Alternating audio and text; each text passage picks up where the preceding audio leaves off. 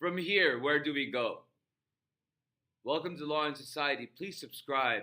Let's talk about the moral plague of Trumpism. By the time Americans fully feel the impact of the damage Trump has inflicted on our country, Donald will be long gone. The moral plague of Trumpism will have irreparably damaged America's goodwill and respectable standing in the world. And we will never get that back. We have to forge a new path, beginning with a complete purge of every Trumpian ideology, with a conscious and concerted effort to repair the damage Trumpism has inflicted on our nation. We have to start by self-reflection. How did America become a place that fostered and championed somebody like Donald Trump to represent us and our country? Donald is the embodiment of ugly America. The ignorant, racist, sexist, xenophobic, homophobic, heteronormative minority that harnesses all the fears and hatreds that shaped our history and now plagues us. How did the hatred and fear win over all the things that we have in common? How did the hatred and fear turn our biggest strength, our diversity, into a weakness that must be purged? And if majority of Americans don't subscribe to Trumpism, how is it defining Americanism in the world in the 21st century? Democracies work best when citizens actively participate in it, when we hold our elected officials accountable for, and when we the people rectify the wrongs of our government. To that end, we, through our elected officials, have done very little to change the playing field away from the premise Citizens United created. When hate combines with vast sums of untraceable money, it creates a deadly toxin that can change the social narrative. It can turn truths into lies and hateful lies into hope, into false hope. It can turn hatred into a defense rather than a dividing force that weakens societies. Unlimited money in politics has corrupted the political ecosphere. We must first and foremost undo the harm Citizens United had caused and then legislate comprehensive campaign finance reform, beginning with creating a government body, both state and local and federal, that funds elections, limits campaigning to certain times, and limits campaign donations from both individuals and corporations. No corporate money should influence our elections through super PACs, and no oligarchical money should have power to change the outcome of our elections. Then we must focus on properly vetting our candidates and ensuring that people we elect see the bigger picture of working on behalf of every constituent, their district, the state, and country, instead of using their office for personal gains. Public service shouldn't be a career stepping stone. Public service-oriented public officials don't work for profit. They work for the benefit of society, for the betterment of the bigger picture. We must pick leaders who have devoted their lives to service of others. Our leaders should adhere to core democratic principles, beginning with knowing that their power comes from the people and that power must only be wielded for the well-being of the people. We will have to repair the damage Citizens United and Trumpism have done and continues to inflict on America. For that, we need public servants, not career climbers with insatiable appetites for power and self-enrichment. Support candidates who refuse PAC money and involvement with PACs. Support candidates who resolve to undo Citizens United.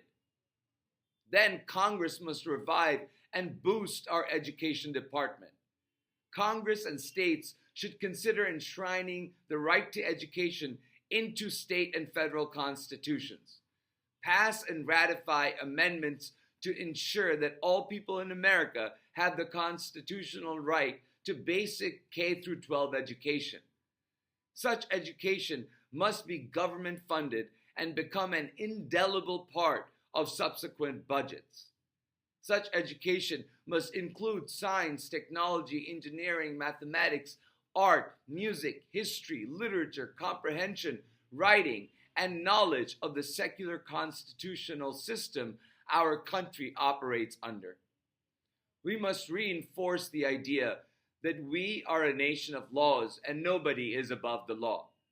Despite the huge hole in that ideology that will forever remain as part of our history, because Donald Trump, his soldiers, and his co-conspirators largely leaped over the rule of law because of DOJ's untimely miscarriage of justice and because of SCOTUS's delayed extra-constitutional immunity case.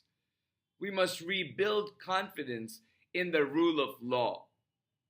Should Donald Trump survive his second term and become a private citizen, the incoming DOJ must not shy away from fast and efficient investigation and prosecution of any laws that Trump violated while in office. Trump versus United States creates a doctrine of presidential immunity that does not exist in the Constitution.